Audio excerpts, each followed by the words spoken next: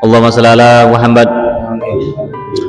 Pramila nek pun dipun ngamangertosi penghuni surga neraka ngoten niku, kula jenengan prayoginipun sering-sering ndonga. Muga-muga kula jenengan sak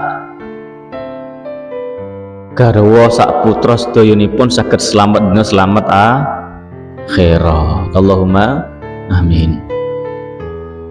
Enten tempat-tempat panggonan wekdal sing donga niku gampang diijabah marang Gusti Allah taala.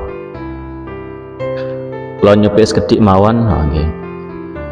Bismillahirrahmanirrahim. Ya Ali alaika ing atase sira bidu'ai kelawan donga baina antarane adzane wal iqamati antare adzan lan iqamah.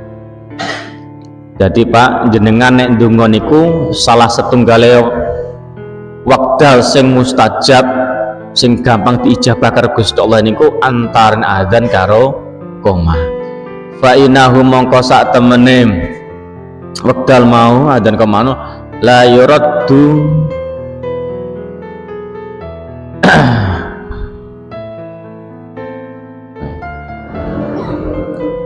ora den tulak marang Gusti Allah taala. Pak, lek jenengan donga antara azan karo qomat, insyaallah donga panjenengan ora bakal ditolak karo Gusti Allah. Mamula para wali niku nek ngajar nek ngulang niku biasanya bar azan mesti nglakoni pujian. Nggih Pak nggih. Pujian duka malah nglakoni sholawat napa pujian Jawa campuri sholawat iku doa mustajabah. Nggih.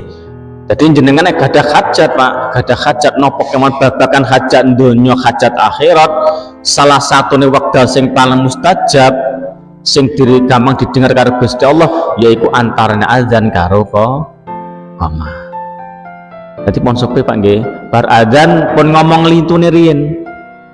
Azan mendus kedap napa jenengan salat sunah qobliyah maghrib napa qobliyah subuh bar azan salat qobliyah subuh mendel saantawis donga.